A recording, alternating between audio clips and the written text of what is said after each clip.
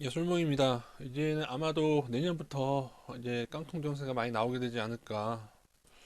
여러분, 금융위기가 오면 이것이 무리한 투자를 하고 투기를 했던 사람만 망하면은 좋은데, 그동안 부동산 위험해서 부동산 투자도 하지 않았고, 전세로만 살던 사람들이 위험해질 수 있는, 비유를 하자면 그런 거죠. 과속운전을 일삼던 사람이 자신은 멀쩡하고 주위에 있는 다른 차들 사고 나게 해서 그런 상황이 펼쳐질 것 같습니다.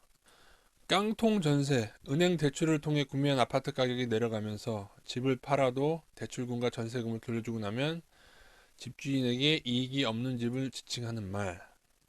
이건 집주인 입장에서 한 얘기 같고요. 이 정도가 아니겠죠. 전세금을 돌려주고 나면 이건 희망사항일 뿐입니다. 실제로 깡통 전세랑 전세금을 돌려주지 못하게 됩니다.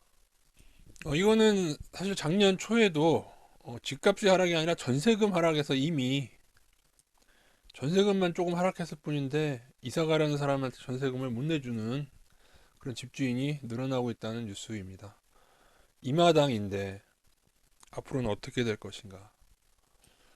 제가 전세 위험성에 대해서 부동산 하락이 시작하면은 문제될 수 있다고 제가 많이 경고를 드렸고 이미 전세금 관련 소송들이 이어지고 있죠. 갭투자 후유증. 이러한 일들이 있는 이유는 바로 갭투자 때문에 그렇습니다. 말씀드렸다시피 부동산 투기 세력이 부동산 강사를 내세워서 수천 명의 사람들을 거느리고 다니면서 이들에게 갭 투자를 조용시키죠. 한 사람이 사실 100채 이상 투자하는 경우가 가능한 것이 전세에 전세에 전세에 전세를 끼고 심지어 거기에 또 대출까지 얹어가지고 100채 이상 투자하는 개인들이 있죠. 그리고 이 부동산 세력들은 부동산 강사를 내세워서 개인들이 이렇게 100채, 200채 사게 되면은 자기들이 싸게 샀던 지역을 이렇게 넘기는 전략입니다. 저는 아주 이들이 매우 머리가 좋은 인간들이라고 생각합니다. 그러고 나면 한 사람이 100채를 투자한 이 전세의 전세의 전세 가격이 만약에 아파트 가격이 떨어지거나 전세 가격이 떨어질 때 이 한 사람이 산 여기서 전세값을 돌려줄 여력이 있을 것인가? 당연히 없게 되고요.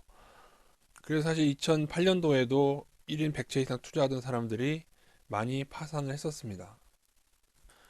근저당이 없다고 안심할 일은 아니라고 생각합니다. 저는 집값 하락이 시작되면 팔리지 않게 되기 때문에 이런 분들이 파산을 하게 되면은 경매에 넘어가게 되는데 향후에 경매 가격이 거래량이 없어지게 되면은 어디까지 떨어질까? 더군다나 지금 17, 18, 19는 제가 오버슈팅, 허수매매라고 말씀드렸죠. 허수매매로 올린 가격에서 전세값 산정해서 들어가신 분들은 매우 매우 조심을 하셔야 될 겁니다.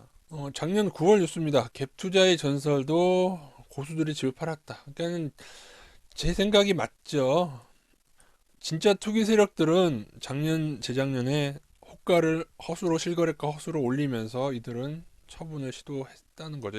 일부. 이들은 제가 볼 때 작년에 처분한 사람들은 투기 세력일 가능성이 큽니다. 네, 투기 세력일 가능성이 커요. 단지 부동산 강사를 추종한 많은 물린 개인들이 100채, 200채로 지금 물려 있습니다. 여러분이 산 전세가 만약에 그분들의 물려있을 경우 향후에 전세금을 못 돌려받을 가능성이 매우 크게 됩니다. 예, 어제 제 아는 후배가 부의 인문학이라는 책을 저에게 얘기하면서 올해 수도권의 아파트를 사기로 결정했다는 얘기를 하면서 이 책을 한번 보내줄 테니 읽어보고 여기에 대한 의견을 좀 말해달라는 후배가 있습니다. 전 아직 이 책을 읽지 못했는데 이런 얘기가 있다고 하더군요. 어차피 사람들은 강남을 선호하고 음, 그 편의성 때문에 서울에 모여 살기 원하고 그래서 어쨌든 이 책을 읽고 그래서 결정을 했다고 해요. 올해 집을 사기로. 그래서 제가 그런 얘기를 해줬습니다. 넌 지금 코로나가 터진 게 천운이다, 천운. 만약에 올해 집을 사고 내년에 코로나가 터졌으면 어떡할 뻔했냐 그런 얘기를 했습니다. 그분 뭐 인문학적인 소양에서 그렇게 얘기할 수 있다고 생각합니다. 그 책이 뭐 좋은 책이겠죠. 근데 투자자 입장에서 전혀 옳지 않고 제가 여기에 대한 답변 예전에 드린 적이 있죠. 2006년도에 강남 불페이 신화가 팽배했을 때 짐 로저스가 한국에 와서 간단히 얘기합니다. 강남 부동산에 거품이 있다. 그러면서 뭐라고 얘기하냐면 강남은 많이 올랐으니 강북으로 옮기라 하고 나서 진짜로 이분 그 얘기하고 나서 뉴타운 바람을 치고 2006년도에는 진짜로 강북이 무지하게 올랐습니다. 이게 뭐다? 투자자의 마인드입니다. 버블이 있고 없고를 보고 여기가 올랐기 때문에 더 저평가대로 투자하는 거. 이게 바로 투자자의 마인드고 인문학적 마인드랑 다른 겁니다. 그래서 저는 그 후배에게 이 영상을 보내줄 텐데요. 책을 읽기도 전에 답을 드리겠습니다.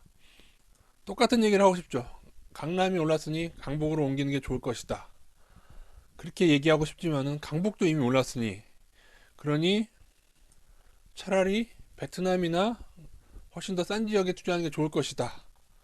라고 생각하고 제가 작년에 베트남에 가봤는데 베트남도 굉장히 많이 오르고 버블이 있더라고요. 전 세계 부동산이 지금 글로벌 고점이다라고 제가 작년에 분석을 한 게 있죠. 그래서 이 모든 상승에 사상 최대의 빚이 있다.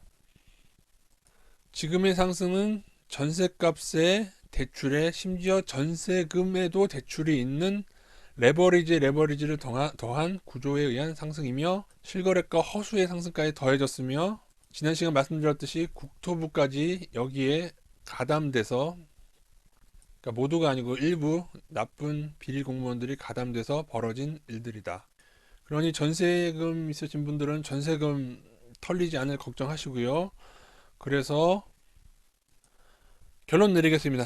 강남을 비롯한 모든 나라의 부동산이 올랐으니 이제는 남극으로 가는 것이 좋을 것이다.